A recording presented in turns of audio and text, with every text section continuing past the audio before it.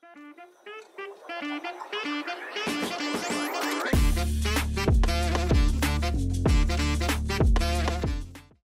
আমার আরেকটা কোয়েশ্চেন মাথায় আসছে যে ধরেন খুবই স্ক্রিপ্টে আছে একটা চরম ক্লিশে সিন, যে একটা স্যাড সং হচ্ছে, দুঃখ পাচ্ছে, অথবা বয় মিটস গার্ল বা প্রপোজ করতেছে, তো এই এরকম একটা ক্লিশে সিনের মধ্যে যখন আপনারা শ্যুট করবেন ওটাকে কিভাবে ফ্রেশনেস অ্যাড করেন বা কিভাবে অন্য আগের 10টা সিন থেকে ডিফারেন্ট করেন? আইডিয়াটা কিভাবে ক্লিশে হয়? আইডিয়াটা তো ক্লিশে হয় না, মানে এক্সিকিউশনটাই ক্লিশে হয়। সো আমি আইডিয়াটা রাখলাম, যদি স্ট্রাকচার, যদি স্ক্রিন প্লে চিন্তা করি, প্রত্যেক অনেক মানে গড়পড়তা 70-80% স্ক্রিন প্লে স্ট্রাকচারই একই রকম, জার্নির একটা পর্যায়ে শেষে ক্লাইম্যাক্স থাকবে। সো ইটস নট, আইডিয়াটা তো ক্লিশে না, এক্সিকিউশনটার দিক থেকে ডিফারেন্স তো করাই যায়, এটা প্রত্যেকেই করতে পারে। আমার এখন মিট কিউট দরকার আছে, আমার একটা বয়োজ্যেষ্ঠ দুজন মানুষ কিভাবে মিট কিউট হতে পারে, বা দুটো এই জেন জি দুটো ছেলে মেয়ে, আপনি যেমন প্রপোজাল সিনে যে জুতা দিয়ে প্রপোজ করলো, সো সেম প্রপোজই করলো বাট হ্যাঁ সেম এক্সিকিউশন। আইডিয়াটা ক্লিশে না, মানে এক্সিকিউশনটা ডিফারেন্ট করে ভাবতেই হবে। এটা অনেক কমপ্লেক্স একটা আর্ট ফর্ম এই ফিল্ম মেকিং। আমার কাছে মনে হয় না কেউ এখানে আমরা বলতে পারবো যে যা আমরা অ্যাকচুয়ালি মানে স্ক্রিনে আছে সেটা আমাদেরই পুরোটা তৈরি, সত্যি করে বলতে গেলে।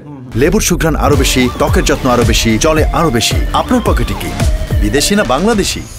এই আপনি সবচেয়ে সুন্দর হ্যাপি অ্যাক্সিডেন্ট হয়ে যায়, বৃষ্টিটা তো উনি স্ক্রিপ্টে লেখেন, সেটা অ্যাড করেছে যেটা আপনার হার্টে টাচ করছে।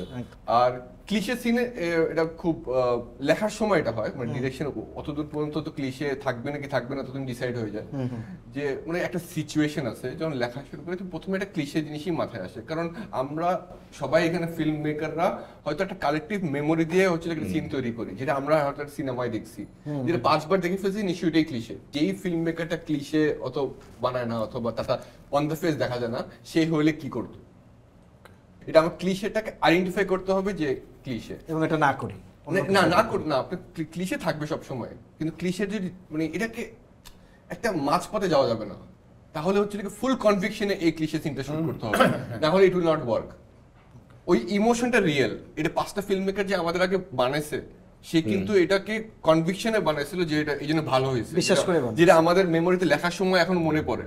সো ওইটা ফুল ইউ গো ফুল আউট, অথবা একদমই হচ্ছে কি দূরে থাকবে, কিন্তু মাঝপথে এই অডিয়েন্সও পছন্দ করবে, একটু আমার একটু নিশ অডিয়েন্সও পছন্দ করবে, ওই মাঝখানে আসলে কিছু হয় না। ক্লিশে সিন ওয়ার্ক করে আমার মনে হয় পারফরমেন্স দিয়ে। হ্যাঁ, মানে যদি আপনি ক্লিশে সিন লেখেন তাহলে মেক শিওর যারা পারফর্ম করবে তারা খুব ভালো, বিকজ মানে একটা সিন ক্লিশে, এখানে আপনি কি করতে পারেন, স্টেজিং বা ব্লকিং একটু ডিফারেন্ট করে, but at the end of the day ক্লিশেই থাকবে।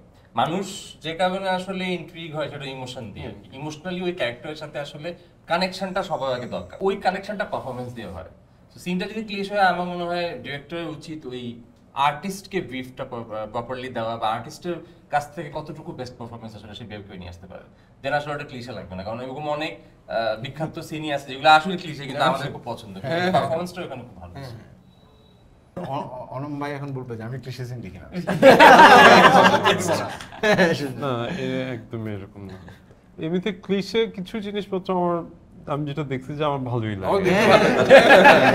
আর এটা সাবজেক্টিভও অনেক সময়, মানে আমি শাকিরে পছন্দ করি, শাকির কাজ শাকি ক্লিশে দিলেও ভালো লাগবে, ও শাকি পুরো পছন্দ করি না,